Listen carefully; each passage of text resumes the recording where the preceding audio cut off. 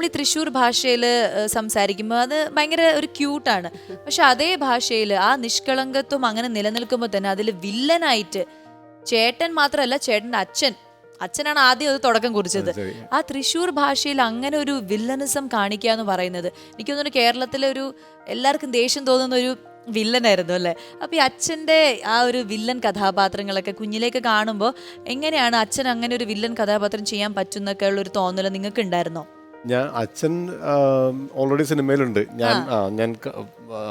നമുക്ക് ബുദ്ധിയും ബോധമൊക്കെ വന്നു എന്ന് പറയുമ്പോൾ വന്നോ എനിക്കറിയില്ല, പക്ഷെ അങ്ങനെ പറയപ്പെടുമ്പോൾ സിനിമയിലുണ്ട്. വീട്ടിൽ അച്ഛൻ ഭയങ്കര അല്ലെങ്കിൽ അച്ഛൻ കുറച്ച് സ്ട്രിക്റ്റ് ആണ്, അപ്പൊ അതുകൊണ്ട് അച്ഛൻ ഈ ക്യാരക്ടർ നല്ല ആപ്റ്റ് ആണ്.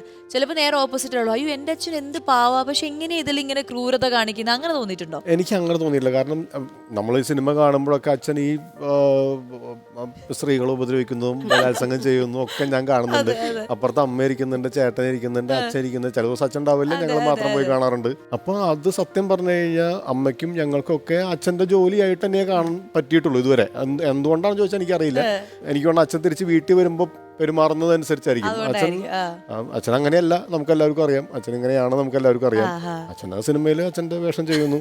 ഇപ്പം എൻ്റെ അമ്മോട് കുറേ ആൾക്കാർ ചോദിച്ചിരുന്നു, ഇത്ര നീ കേട്ടോ എനിക്കറിയില്ല, ബലാത്സംഗങ്ങൾ ചെയ്യുമ്പോൾ എന്താണ് അമ്മയുടെ ഒരു വിഷമമല്ലേ, അങ്ങനെ കാണുമ്പോൾ ഒക്കെ വിഷമമല്ലേ എന്ന് ചോദിച്ചു. അപ്പം എൻ്റെ അമ്മ ഡോക്ടറായിരുന്നു, അമ്മ മരിച്ചുപോയി.